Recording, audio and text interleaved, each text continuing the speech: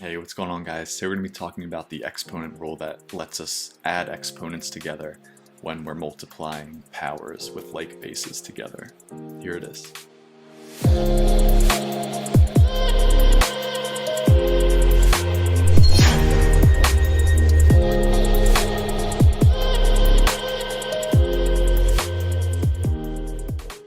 Alright guys, so before we actually get into the rule, I want to go over some vocabulary here.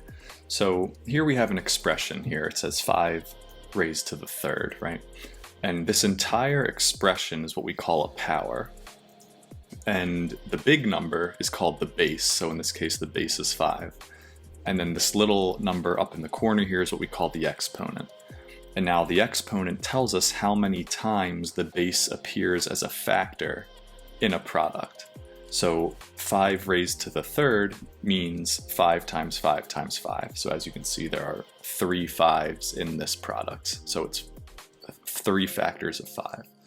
So with that being said, we can go ahead and get into the first rule here. And now, this is a rule you definitely want to have command of as you move into higher levels of math. So it's really good to practice some of these. And what the rule says is that when we multiply, it's very important that we have a multiplication sign here, not an addition sign. So when we multiply powers with like bases, so notice how this power has a base of x, and this power also has a base of x, so they're not two different things. So we have the one base raised to a particular exponent, we'll call it n, and then we multiply that by the same base, x in this case, being raised to a different exponent, m, then you can add those exponents together. So you can rewrite this expression as x raised to whatever n plus m is. So basically you're just adding the exponents here. And now at first this sort of seems like an annoying thing that you have to memorize, but once you see where this rule comes from, it's probably a little bit easier to digest. So let's go ahead and work on an example here.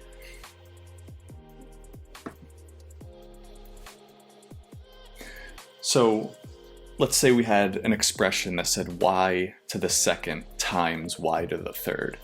So according to our rule here, we have like bases, right? The base is y in both of these expressions, in both of these powers.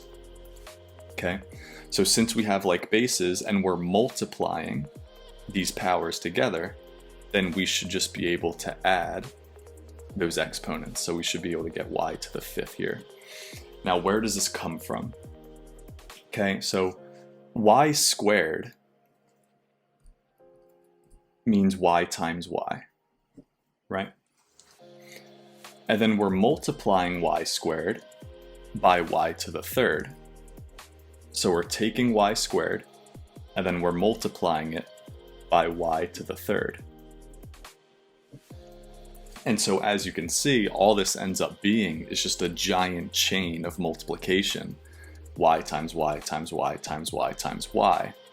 And so you have 5 factors of y in the product, which is why this equals y to the fifth. So this turns out to be the reason you're allowed to add these exponents together, because this multiplication sign here is just extending the chain, is really all that's happening. So let's do a different one here.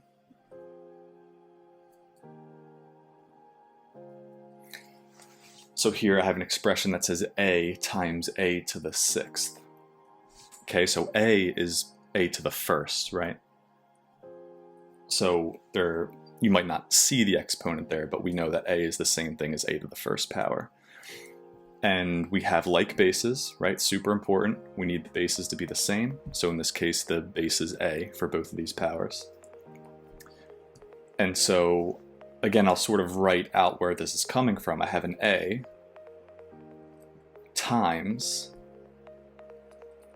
a to the sixth. And I know a to the sixth is going to be a times a times a times a times a times a. Okay, and as you can see, this now becomes 7 factors of a. There's a chain of 7 a's here that are being multiplied together. And so I get a to the 7th. And that's where that addition comes into play, right? 1 plus 6 gives us the 7. Okay. Now, eventually, you're going to get to a point where you're doing examples where it's not practical to write out this chain every single time, right? This is sort of just to help you see what's going on conceptually. But sometimes you're going to get examples where the exponents are too large that you're not going to want to write out these chains. But you could still, it's still important to know what's going on, right? 3 to the 10th means that there is a chain of 10 threes being multiplied together, right? And then we're multiplying that by a chain of 23 threes being multiplied together. So you could sort of picture in your head, if you have a chain of 10 threes being multiplied together, and you multiply that by a chain of 23 threes being multiplied together, well then, you really just have a giant chain of 33 threes being multiplied together. Okay, so we're adding these exponents, but again, it's because we have like bases, right? These bases need to be the same for this rule to make any sense. Okay. So now what I want to do is sort of give a more complicated example where we use the exponent rule. Okay, so the expressions aren't always as simple as the ones we just did. Okay, and sometimes we might get an expression that looks like this, but we can still simplify this. So what this says is the quantity -3 x to the third, in other words, -3 times x to the third, times the quantity 10x to the fifth, or in other words, 10 times x to the fifth. So the important thing to notice here is that this is still just a giant chain of multiplication, right? -3 times x times x times x times 10 times x times x times x times x times x. It's all just multiplication. So multiplication, first of all, is associative, meaning we can since it's one giant chain of multiplication, we can regroup this however we want.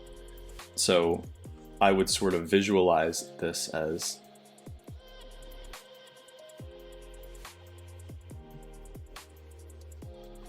okay. We can sort of put these in one group, right? One set of parentheses, because multiplication is associative. But not only is it associative, multiplication's also commutative, which means I can reorder these factors however I want. And so I'll keep the numbers out in front. I'll pull out the -3 and the 10 out front, and then that'll leave me with all of my factors of x at the end. Okay, so this is the commutative property at work. And now I can just multiply. So I have -3 times 10, which I know is -30. And now I have x to the third times x to the fifth, which according to my exponent rule, I have like bases, right? And I'm multiplying these powers together so I can add my exponents. Okay, and so this expression here simplifies to -30 times x to the 8th power. Okay, so really all that's happening, and again, eventually you're not going to want to have to regroup them and then reorder them.